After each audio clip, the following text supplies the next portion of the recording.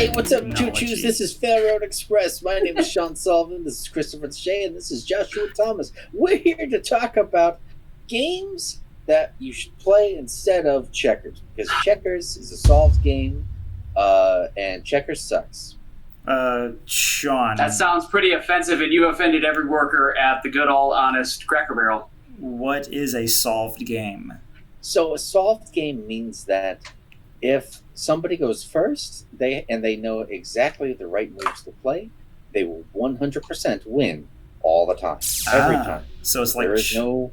The only winning move is not to play. got it. So it's pretty much like Connect Four. Connect Four is also a solved game in that if you go Exactly. first, you can win 100% of the time. Yes. Isn't that also tic-tac-toe? Yes. Yeah. Well, tic-tac-toe is to solve the game. It basically goes on forever because there's never a winner because it's always a cat's game. It's always a tie. Oh. Yeah. Is chess a solved game then? No, chess Sure. is not quite yet a solved game. Okay. But one day it could be.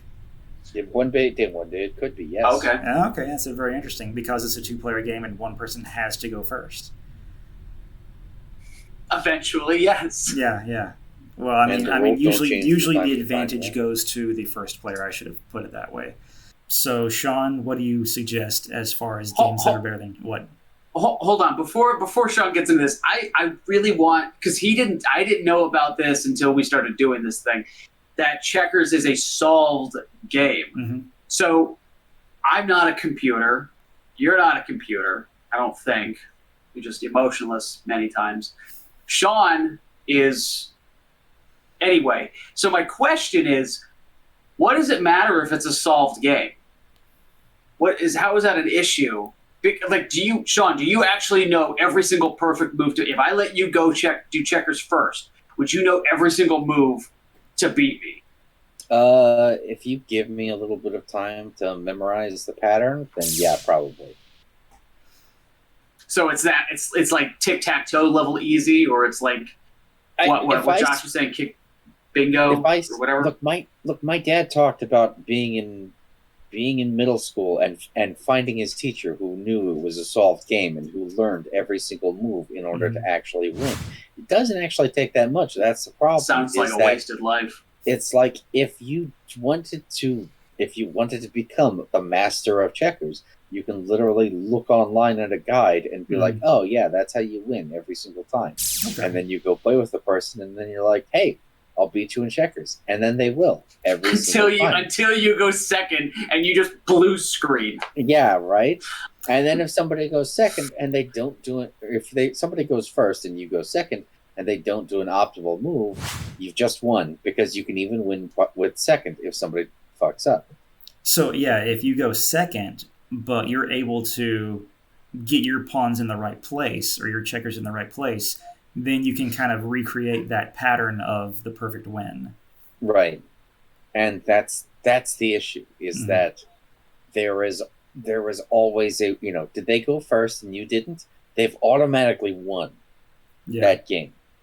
And now do you go first? Are you not able to do this? They've automatically won the second, the other game. And then because they go first again, they've automatically won that. Why would you want to play this game? Yeah. Once you know the pattern, once you know everything, why do you want to? The only way the game actually is any fun is if two people that play don't know that it's a solved game. Which is most people out there. But even so, even if you don't know the pattern, it's not a bad game, but it's one of those games where it's like, now that we have thousands of other board games out there to play, it's outdated. Yeah. Okay, so yeah, this is 3 games to play instead of checkers. So who wants to go first? I think we've each got an idea of a game that's better than checkers. Yeah. Okay, I'll go first because we did a review on it. It's one of my favorite games. Does it count? Does it count? We talked about it briefly. Does it count because you can do 3 players and you can do 4 players, but it's set up to do 2 players? I'm talking about Spellcaster. No, I would. Star Wipe. Here's the game. Here's the box. Whatever. Spellcaster. I would say 2 spellcasters. I would say that as long as the game is fun with 2 players, yeah, it's absolutely a good replacement for checkers. And Spellcaster is a phenomenal game for 2 players. Yeah, I mean, you can see our review. It's a short review. It's an easy game to play. It's a short game. Yeah. It is. It is a short game with multiple ways to win, not just beat the other guy down. So you can play defensively and still make it happen. Unlike, I don't know, it's been a long time since I played checkers. I like Spellcaster. I played that quite a bit over Thanksgiving. And it's definitely not a solved game. No, and especially it's got the expansion for potions. So Yeah, which we also you've have a got your review options. On. Yeah. Yeah, but that's a fantastic. I like Spellcaster. It's like a deck of 60 cards, 60 unique spells. You can do a 3-player version. I think they're kind of like how they do Nightmare Chess. I think they have decks of cards that you can play with checkers that turn checkers into like a 3 and 4 person game and give you special powers. But we're not really talking about that. Yeah. This is just the default game of checkers that you would play at Cracker Barrel while you're waiting on your table. So I would always reach for Spellcaster, especially if I'm trying to lull someone into a sense of ease. If they've never played board games before, I'm like, it's an easy game to get into. Yeah. Hey, welcome to my fan cast for Spellcaster. I'm your host, Christopher. But also, one thing I like about Spellcaster is once you place a card down, you've got this row that each of you have to place a card down on. And once that card is placed down, the other person can use that card too, right? If they have to have special cards to rotate it towards them, or they can cover up your card. Yeah. Because if a card is not facing them, they can't use it. So you could have, there are cards in there that say if you only control one color of the tiles in front of you, then this card activates. There are other cards that say if you control the whole board, then that other things happen. And there are cards that let you rotate or use other people's powers. Got it, yeah. And then it's just a part of the strategy. You've got 4 different colors of spells, and so that's 4 cards that are laid down at any given time. And, what do? Do you use one of your cards that you've already got laid down? Do you try to cover up a card that the other person has just been spamming you with? So it's definitely a great, solid 2-player game, and it's, I would definitely choose that over checkers any day. It's a good game. I actually just recently played it myself. I would say if you want to go a couple steps higher than checkers, and probably honestly this is probably several steps higher, my choice would be Onitama. The reason I choose Onitama, have either of you guys played it yet? I played it once with you, and I didn't care for it. You didn't care for it? No, I really didn't like the game. Was it because... you know what? I hated the game. What didn't you like about the game? I'm just kidding with you. The game's okay. I don't have any really strong feelings about it. Right, but okay. Well, let me put it to you this way: if you had to choose between checkers and Onitama. Oh yeah, sure. I'd pick Onitama because checkers is you only have so much fun with checkers, and again, it's all a game. If somebody knows what they're doing, then the game's over. With Onitama, there's with the different moves and everything, there's at least a level of randomness that enters into things.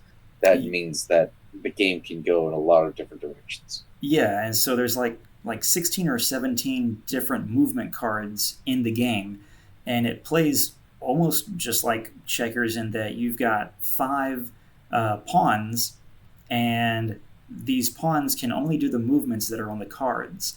The great thing about Onitama is that in each game, you only use 5 out of those 16 cards for that game. Each player has 2 of those cards, and then the 5th card lays in between you guys next to the board. So whenever you choose one of your movement cards, which has multiple options on it, you're basically giving it up to the other player. You're like, I'm going to use this awesome card, but then later on, my enemy can use that same awesome card. But then that 5th card that is in the middle, you take that so that you still have your hand of 2 cards. And so these different movement cards might allow you to move left, right, up, down, diagonal, whichever way. Um, All the directions, Josh? All the directions. But what about up? I should have said forward and backwards. Literally up. Yeah. No, it is only a two-dimensional game. But yeah, you can't actually dig into the board. There's none of this. There's none of this 3D Onitama. No. 4D Onitama. Not yet. Not like 3D chess or anything. But I'm 5 dimensions ahead of you already. Some of the movement cards might have 3 options for you. Like one of them allows you to move diagonally backwards, and 2 of them allow you to move diagonally forwards. Some of the other cards might have 4 options. One of the cards might just have 2 places where you can move. But it's very interesting, and the way that you win the game is either by taking over your enemy faction's dojo. So you're basically like martial artists fighting against each other. And one of them is the martial artist master. So if you manage to take out your enemy's master or capture their dojo, you win the game. It's a very small game, very quick to play because there's no, king me or getting pawns back on the board. Once your pawn is off, it's off. Well, kind of, because if you can dishonor the other person enough, they have to commit seppuku right there. You showed me the board of Onitama very briefly. I think I've got it. It looks like that is a terrible. Did you have to upload a 50 pixel picture? All right, it looks like chess. Almost. Like with the moves. And the it kind of is like a really small board, and then the movements. It's like was it 4, 8, 12? So 16 different classes or 16 different moves that you can do with 5 characters. 5 characters get 16 moves across what looks like a 5x5 board. Yeah. And they're moving like chess pieces. Well, and the thing to remember is that each time you play the game, you only take 5 of those movement cards. Yeah. So that adds a little bit of replay value to it. And there is an expansion as well that adds more movement cards to the game. Guns. It adds guns. Just yes. All right. Nobody knows how to use it, so it's just a club. So yeah, it has that similarity to checkers, but it's obviously just much better and much more strategic as well, because once you use that movement card, now it's your enemy's movement card.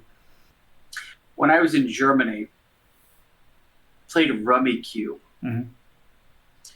We had a lot of different board games to select, and people still chose to play this game that looks like it was made in the 60s. I think there's something about the nostalgia and the simplicity of a game that keeps us going back to it. Which it's as a hindrance. It's really a crutch when you say, I know the devil, the devil of checkers. I'd rather play checkers. Let's play checkers with Grandma. Grandma's not going to play Onitama. Yeah. You can't even bring a Japanese electronic into the house. She just goes off the hinges about World War II or something. I don't know. But you have to know your audience. You and I, we're never going to play checkers again. But I don't know about Grandma. It's one of those, it's kind of like a double-edged sword where nostalgia has its effect, and also people just like to play stuff that they know instead of... Well, here's the other thing. Is if I find my ass at Cracker Barrel with one of those giant checkers sets, I'm not going to, turn my nose up at it. Yeah. You're going to sit down and just trash some little 8-year-olds who are like, I'm a checkers master. Absolutely, yes. I'll have fun with an evening of that. Oh, man. Well, Sean, what is your replacement? We can't kick him out. He just keeps ordering root beers and kicking the little 8-year-olds' asses. So anyway, speaking of nostalgia and how that affects some of the games, that is coloring exactly the game that I have chosen, which is a game that unfortunately we haven't covered, but I have talked about it before in my little rants that I do. Is the game Ace of Aces. Okay, so Ace of Aces is it looks complicated as hell. It looks very strange. You have these 2 little booklets, and one person is an Allied fighter pilot, and the other person is the good guys. Is an Axis fighter pilot. Remember, the Allied. This is World War I, so the Allies and Axis are switched. He's actually correct. Yeah. What you have is a series of move lists on the bottom, and it's kind of like if you remember those choose your own adventure games where you pick a number of what to do. Yeah. And you call them out to each other, and basically it sort of represents what happens in a three-dimensional space when you guys are fighting each other. And it's really, really very interesting, the way that it operates and the way that it plays. And there's really, honestly, nothing else like it. There was a reprint of the game back in 2014.